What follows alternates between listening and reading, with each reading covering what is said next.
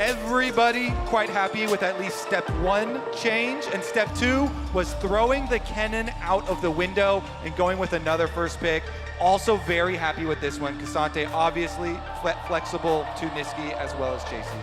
Really like the different direction here from Matt. As you were saying, you know, at the start of game 2, we didn't know if it was a salty run back. Turned out to be one, so you have to swap things out.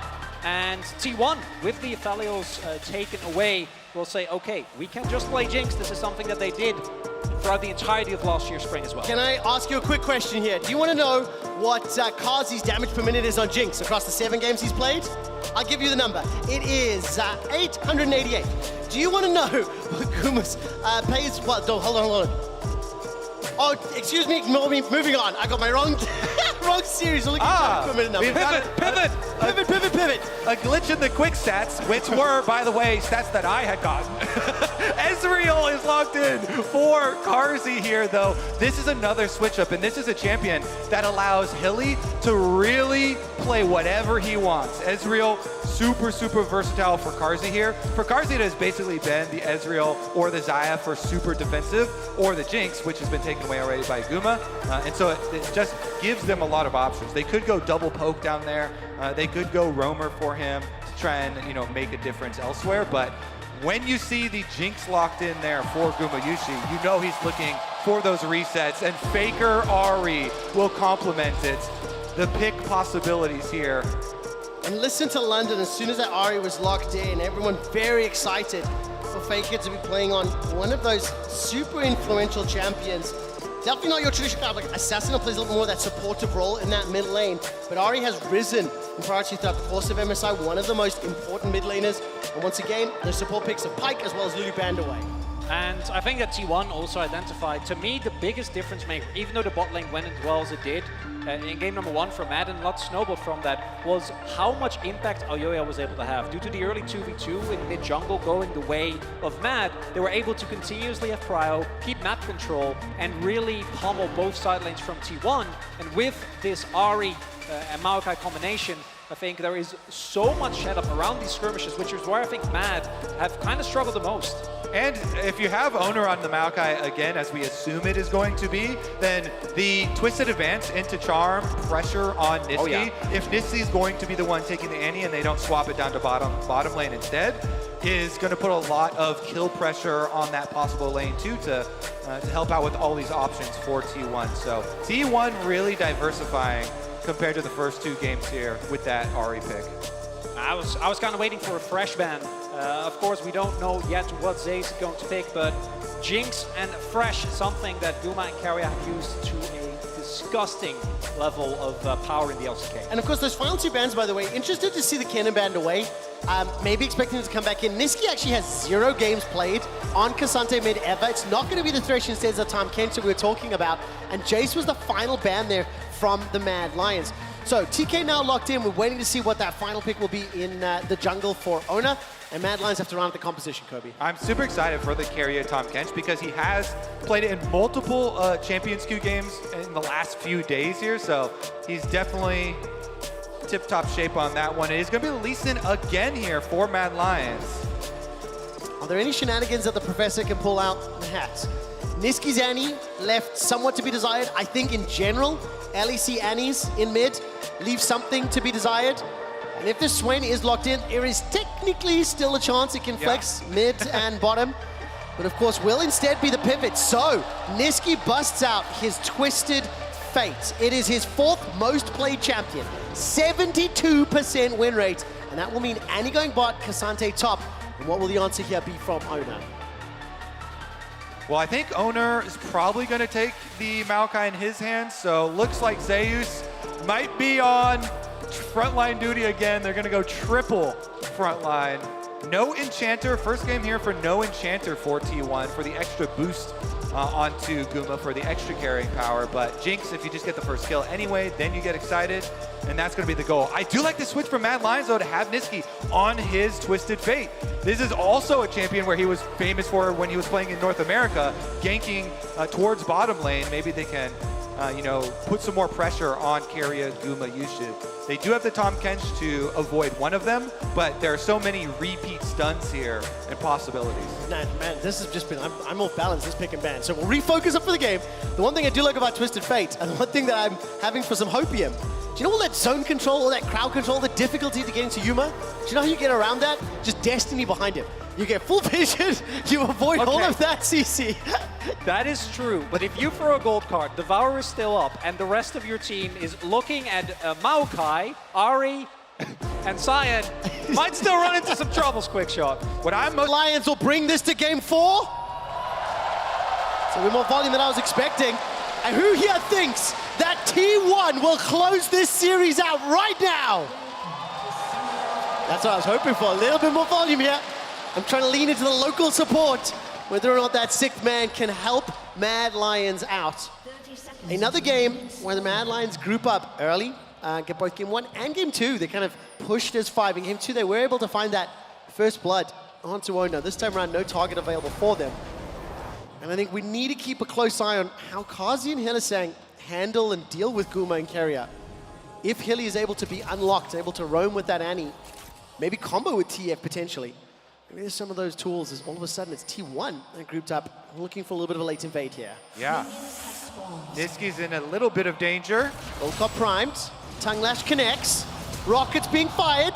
Flash traded for the Ignite, and underneath the tower, Niski loses more than half of his hit points. Oh, the mid-jungle 2v2 that I was so excited for just got really, really difficult for Niski and Elyoya. No flash on the Twisted Blade, plus Elyoya's getting zoned out of his own jungle. Oh, gets knocked backwards. Decimating Smash will force the flash as well. Niski and Elyoya. If that 2v2 was hard already, now it is near impossible. That's a lick onto Kazi. A rocket fired from Guma. Hilly and Kazi stepping back. They will get into lane, but both mid, jungle for Mad Lions have lost their flashes. And this Sign strategy is something that T1 challengers actually pulled out as well, using the Sign early on as a pressure point to generate an advantage for your jungler and making sure that Owner gets the early lead here. Yeah, Zeus went in level 1 and warded the blue buff Gromp area, and then immediately recalled and walked all the way down mid lane to join T1 with the rest of their invade, and now you have 4 people ready and primed to dive bottom. Oh, sapling toss. Gets the slow onto Kazi. Level 3 for Ona. Decimating smashes, sidestep, cleanse, flash. The shield comes up. Zeus is down. Bakuma's on the board. Got himself the kill. And Zombie Scion chases 2-1 to T1. It's literally the same strategy, and it works just as well as it did there. T1 getting a death on a Scion. We all know that that one doesn't matter. It teleports back towards the top lane. And an early kill for Gumayushi again. Yeah, death on Scion, that's good death, actually. Yes. They want that because of the DPS of your zombie. Intentional there. You go in, you start off the dive, you get your bottom lane so incredibly far ahead, it is disgusting. I know even in LEC you saw this as well, BDS doing same thing. And Very similar play. The bigger one for me is not only does the kill go to Yuma, he's also got himself a 2-wave lead already. And he comes back to lane with a double longswords into a cull. So it was already a difficult matchup. And now Jinx is accelerated so quickly at the 3.5 minute mark. And Ezreal is one of the champions where if you can get a couple of great Qs in the early game, you can actually put the enemy bot laner behind, right? Get them trapped in a cycle of bad recalls, keep the pressure up, particularly if you're playing double ranged into the melee Kench. But with this play, that's not gonna happen. Niski has no flash, remember. Faker trying to get him further up in the lane to get Owner some distance there, but not going to be able to tank that wave for too long. Pretty stacked up. It's just so difficult for Mad Lions. The level 1 for T1 was outstanding. It took away the possibilities of the mid-jungle plays from Mad Lions, burning both of their flashes, zoning them out of the jungle, and took over the bottom lane. Like, that's basically all of the early game territory that you want to work with. You don't want to work with the tank matchup on top side. So T1, absolute stuff here, as Owner takes away second spawn of Raptors as well. Obviously, they've got the timer on that one, and he flash twists his advance to avoid the stun from Hilly. Yeah, I really like this play from Hilly. Kazi pretty good, stepping forward from the dive, managing to escape. Had he been knocked up, Flame Chomper's down, that would have been a death. So Kazi, this is something we will see a lot. Not only is he got to play defensively, in the 1v2 with Hylissang roaming, ideally Mad Lions want Annie to combo up with maybe Twisted Fate or one of the other lanes. Ona, as well as T1, have another plan, however. They've engaged, 3v2 for now. Guma's gonna arrive late to the party. Kazi's already running for his life with that arcane shift. He's ticking, he's burning, he's down. It's another 2 kills to T1 under the tower. And they're not done yet. This minion wave is significant. Aoya's trying to clear it out. Ona takes a turret shot, but he's fighting into a gigantic minion wave. And Aoya's running for his life, trying to sacrifice. I don't know, did he get tagged? I By think that execute. Cat execute ends up landing, so denies another, but that is a gigantic lead already for T1. And it starts off okay, right? Because I actually like the play from Hilly to try and apply pressure. Because if you're an Ezreal with Call and Boots and you're going up against Doran's play double longsword Jinx, like you're not getting anything done in that lane. But then, unfortunately, Owner is able to get out fine. And then on the counterplay, as they are able to get the wave, and even though Karst didn't die, it did take a decent amount of damage, it sets up the subsequent dive. And even with Aoya and Hilly there, they lose the 3v3, and now this bot lane again out of control. I absolutely hate Scion level 1s. I mean, it's been used effectively, very, very effectively, but it is so game warping to even have that as an option. T1 just massively wiping Mad Lions early game, off of the map even. And with the repeat plays too, Yes. really good repeat plays kept up by T1. The revisit from Owner, continuing to play off the side of the map where they have all this pressure. They do, of course, sacrifice Zeus, and might have to sacrifice him again. We're going to find out, but at what cost, right? Because while there's a 2v1 in the top lane, down in the bottom lane, this is turning into a 3v3. Destiny, Gate, Gold Card connects. Kazi's chasing Guma. He's got himself a bounty already. Niski needs a couple more autos. Guma escapes with 100 HP. Kazi's focusing on Carrier. In the top lane, Zeus has managed to trade one back. Down in the bottom lane, though, Kazi and the rest of Mad are running for their lives. Niski's so incredibly low. Focus arriving. Spirit Rush is available. Spirit Rush, Foxfire, Orb, and Deception of Mad Lions get dominated. Faker has arrived. Flash ulti into them. Hits the charm under tower as well. T1 unstoppable here. Yeah, Zeus. Wow, Okay. Chef's kiss, that was beautiful. Oh, no. They're not done, Trevor. They're Take a not, look. they are, Mad Lions, sorry, correction. Mad Lions are done. Chronicler, that was beautiful from T1. Okay, I want to propose a deal to you guys. Okay, what's that? You get a Fed Cassante. Okay. I get a Jinx with 3 kills, an Ari with 2 kills, and a Maokai that's monster fed. I mean, What do you say? It's already been accepted. Yes. No, man. Well, Love to hear that. It's definitely not the deal that I would have wanted to take, but look at that scoreboard. 206, 202, 302. Not only is there gold leads everywhere, it's concentrated, Kobe, in all the players you want. And even Sion, who was dove 2v1, still managed to pick up that kill and is on the same gold as Chasey. So that deal that you made, you lied, and the terms have not paid out. Well, he's up in CS. Hylissang forced a flash. And Nature's Grasp flies out. He's charmed, he's caught, he's taken down. 10 kills for T1 at 8 minutes, and London is turning into a library as T1 have arrived and they've started their campaign at MSI in phenomenal fashion. All right, Faker gonna come and try and chase Niski off the turret plate. Turret plate acquired. There you go, Trevor. 4 Mad Lions. Glass half full. I like it, Kobe. 170 gold. Even London's like, bro, too much. Because there's 3 plates secured for Guma in the bottom lane, 25 CS up. The Dragon is being secured here. And for Mad Lions, they are in so much threat. Carrier roaming, another charm connects. Niski gets a shield, and it's Guma sniping from downtown. Super mega death rocket, sending Niski back to the fountain. That gold lead accelerating even further. And it looked like that Rift Herald as well. While it was picked up by Aoya, this bottom tower is under threat. Pow being used to do so much work here for Gumayushi. What's that? 2,000 gold lead in the bottom lane alone at 9 minutes. And now Carrier, do you know, I reckon they could even dive again if they wanted to. And absolutely, like at this point, T1 can do whatever they want on the map. Well, right now, T1 are going to be defending this top lane. Rift Herald was dropped. Shelly's going to get that charge in just a moment, at least moving the plates gold over to Chasey. He's pulled backwards. I'm keeping an eye on the mini-map. Mid lane is pushed in. Niski's got that Destiny available. And the only way that I see Mad Lions being able to claw back this deficit. Twisted Fate plays need to be consistently and consecutively successful. For Mad Lions, this game is already nearly untenable. It is a jinx that's approaching Mythic, like 10, 12 minutes in. And I think if, yes, some of those shutdowns can come in, that's a 500 gold shutdown, which is huge at this stage.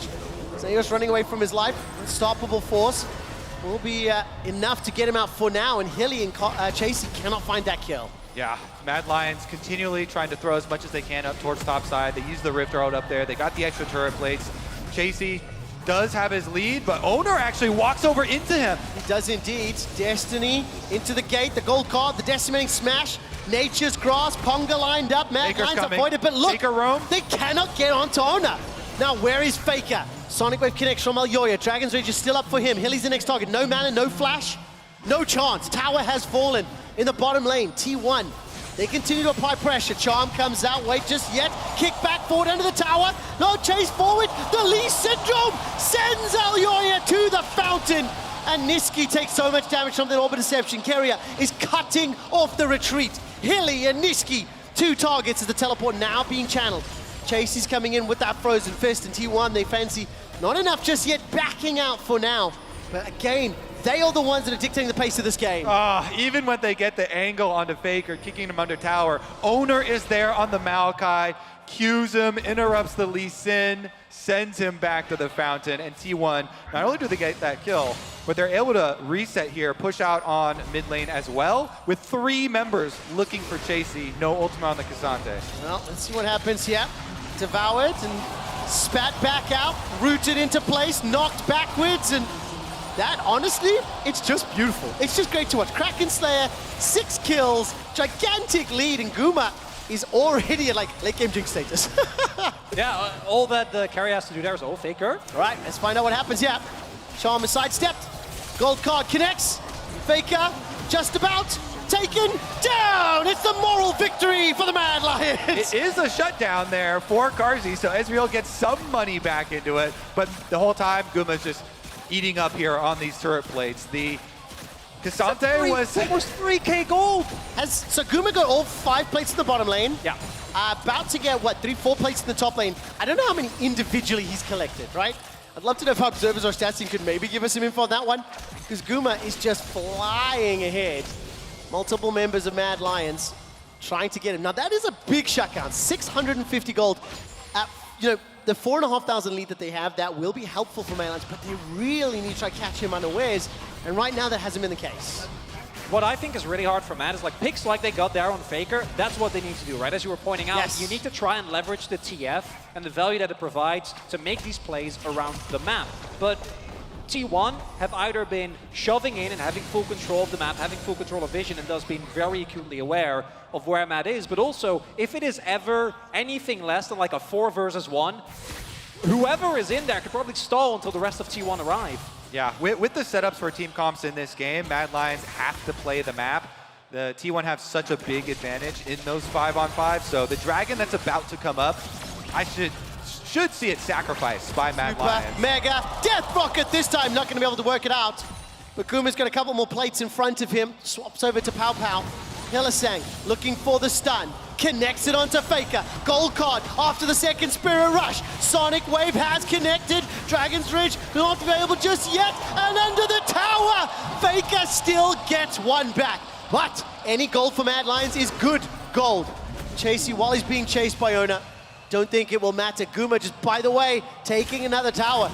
That's the guy you've got to kill, Mad Lions. Yes, killing Faker looks and feels good. But that 700 gold bounty is the one they have to find a way to unlock. And the thing is, like, they kind of had to go top lane, so it's like whoever's there is who we have to go for, because we can't fight this dragon. We can't fight the 5-on-5, so we have to go for those picks, extend the map, try and play as much range as we possibly can. That's why T1, yeah, keeping Guma in mid lane. He's safe. They get their tower there. They know it. The money's rolling in. The dragon's rolling in as well. And even with that, right? Even with Faker missing a charm, they still trade 1 for 1. So what you end up getting just isn't enough, but Mad is in such a tough position because if you do actually try the fight with the disadvantage that you're in, like, it's just not going to work. So all you can do is try to find picks. When you find the picks, they don't really work out because of how far behind you are, but you got to try. Listen, there's 4 out of 4 players are even in gold.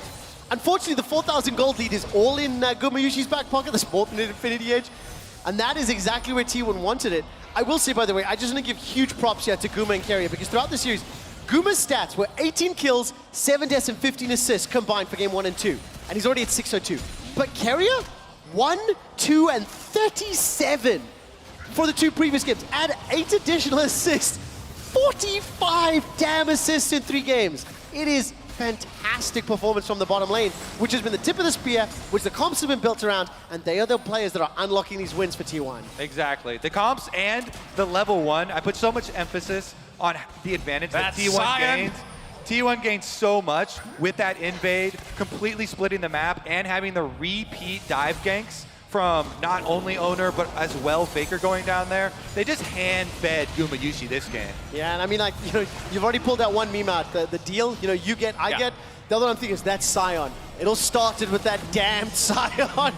Another tower falls. The engage from Owner onto Niski, and the Mega Death Rocket won't connect this time, but I don't think it matters. Guma turns to Fishbones and picks up his lucky number 7.